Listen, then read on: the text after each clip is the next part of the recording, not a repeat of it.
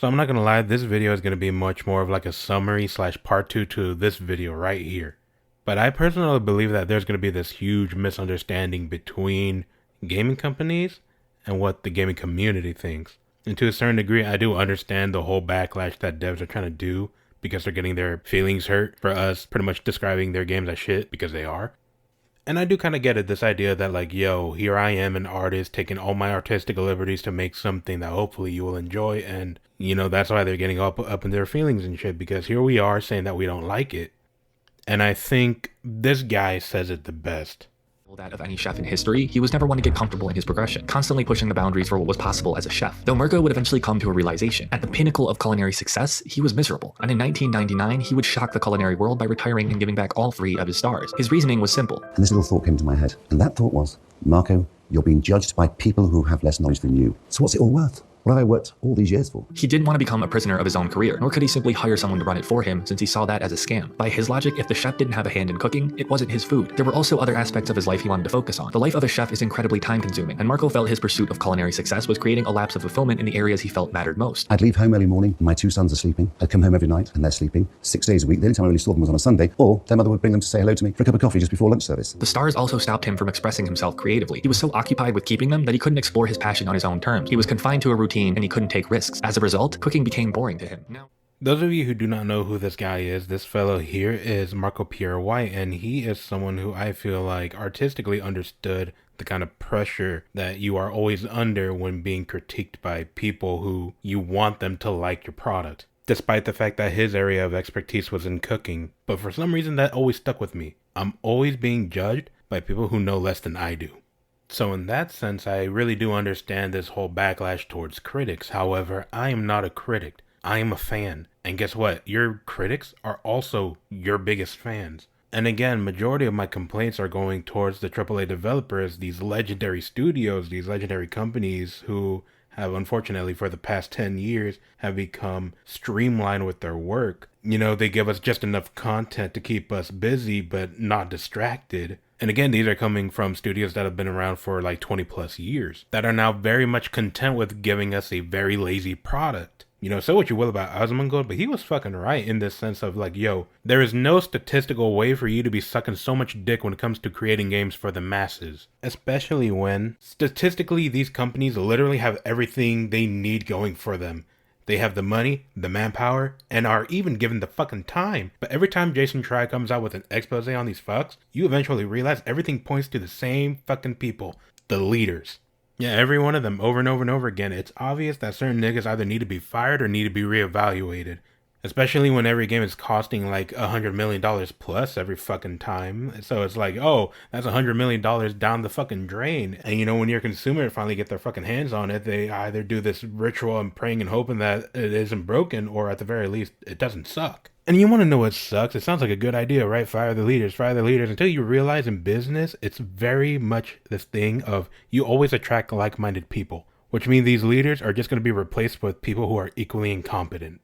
Or even worse, they're going to be replaced by someone the investor chose. Look, the fact is that I don't go out of my way to try and shit on products. But the fact that not even your hardcore fans are even delusional enough to want to keep on playing these games anymore blows my fucking mind. And I think what also blows my mind is the fact that these companies literally have people that test the game, play the game years before it's released. And you're telling me all the fuckers that played Starfield, or at the very least tested out Starfield, all looked at themselves and thought, oh, you know what? This is definitely game of the year. Oh yeah, this is the shit right here. It's like no one thought to themselves, you know what? Maybe this game sucks. You know what happened to that guy? He probably got fired. The truth is that them feeding us shitty games year after year, game after game, wouldn't have been such a huge problem if it wasn't for the fact that we got a taste of a good high quality title in Baldur's Gate or Elden Ring.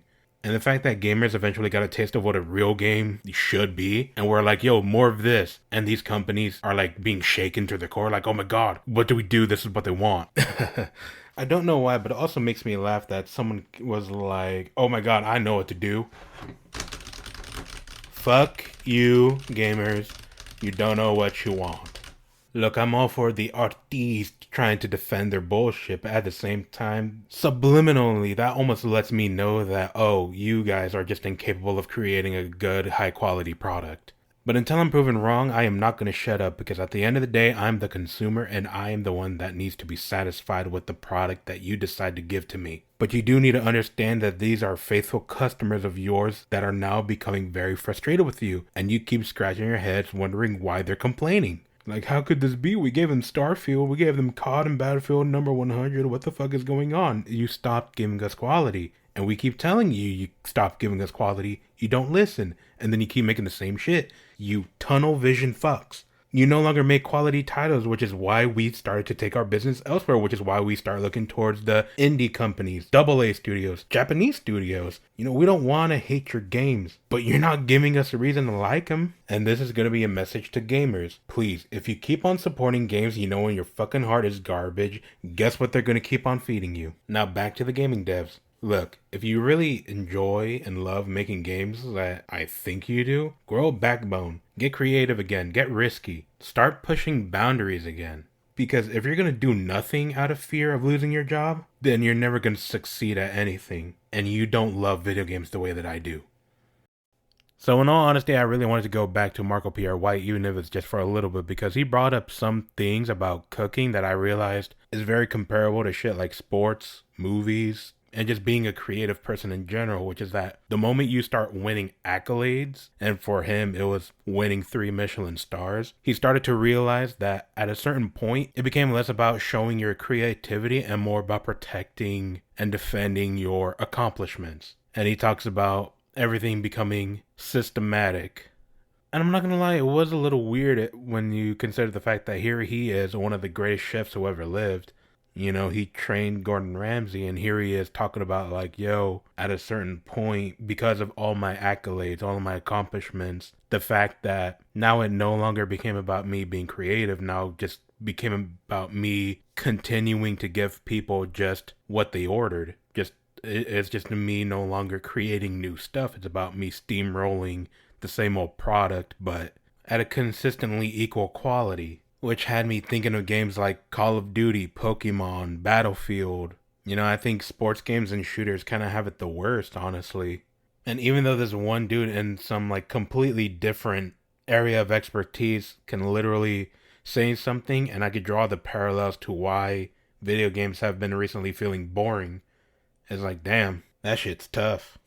Well, for me, that's all that I gotta say. Like whatever, do what you want to do. But I do hope that some of y'all enjoyed this video. Otherwise, go fuck yourself.